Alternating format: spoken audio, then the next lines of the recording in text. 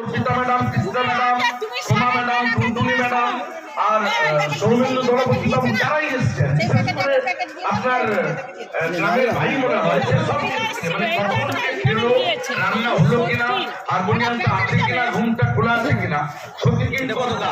তারপরে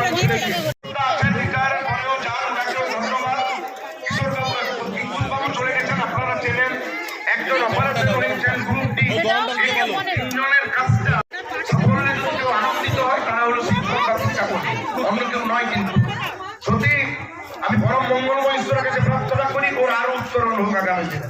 তো এই ছাত্রছাত্রীর জন্য আমি বলছি এরা শিখুক, তবে আমার একটা খারাপ লাগলো, ওটা কিন্তু ওর নিজের হাতের লেখা কিছু গান যেটা শুনলেন আমাদের প্রমাণ।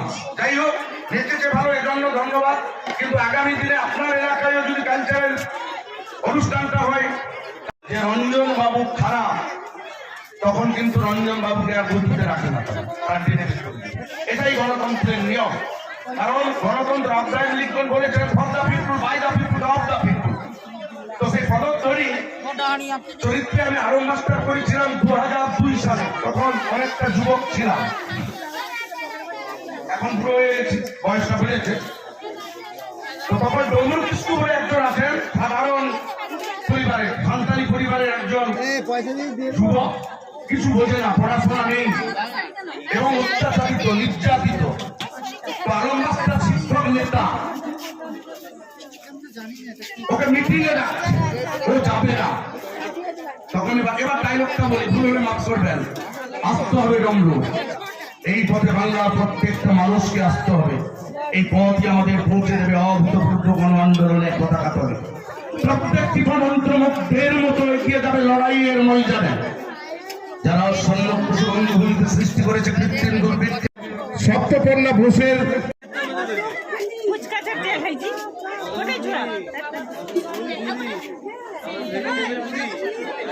মুখটা খোলো। এই যে দেখছেন এই কাকিমাগুলো এখানে পিঠে বানাচ্ছে, এখান থেকে আপনারা পিঠে কিনে খেতে পারেন।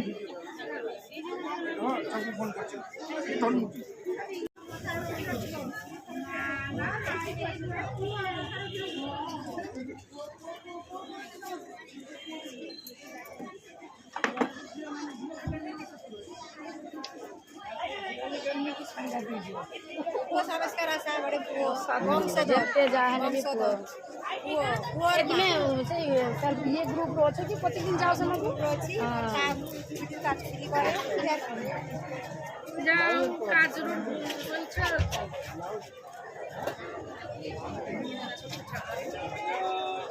বলছো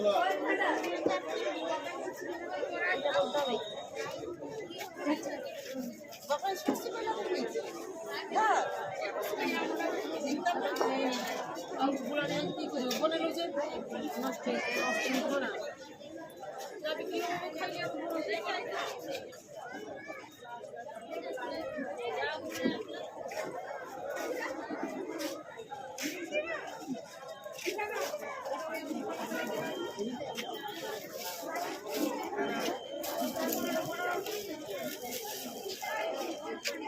কি আছে?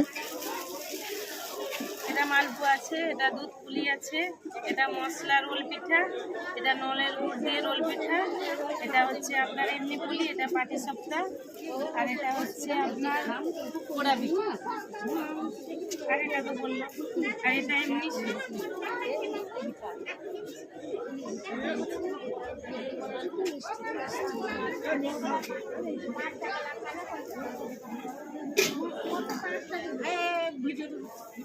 वीडियो जी के सागरी